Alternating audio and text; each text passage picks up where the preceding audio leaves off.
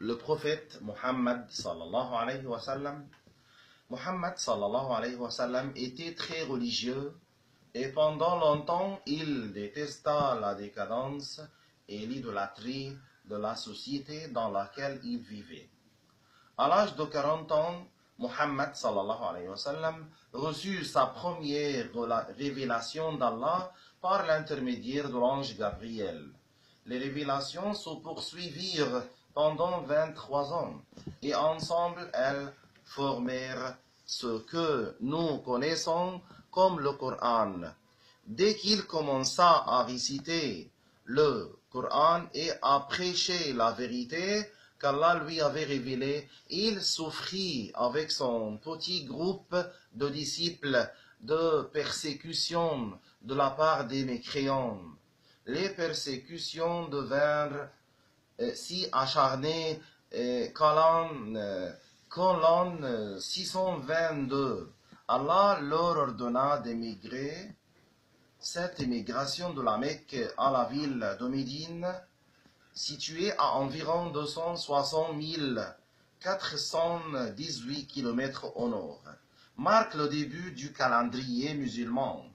Après plusieurs années, Muhammad sallallahu alayhi wa sallam et ses disciples purent enfin retourner à la Mecque, où ils pardonnèrent à leurs ennemis, avant que Muhammad sallallahu alayhi wa sallam ne meure à l'âge de 63 ans. La majeure partie de l'éninsule arabe était devenue musulmane, et moins d'un siècle après sa mort, l'islam s'était propagé jusqu'en Espagne à l'ouest et aussi loin qu'en Chine à l'est. Parmi les raisons qui expliquent la propagation rapide de l'islam, il y a la vérité et la clarté de sa doctrine. L'islam appelle les gens à ne croire qu'en un seul Dieu, qui est le seul qui mérite d'être adoré.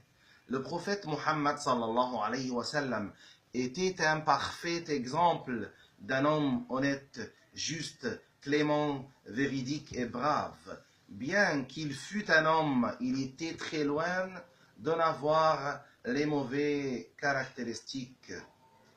Et il luttait et faisait tous ses efforts par amour pour Allah et pour sa récompense dans l'au-delà.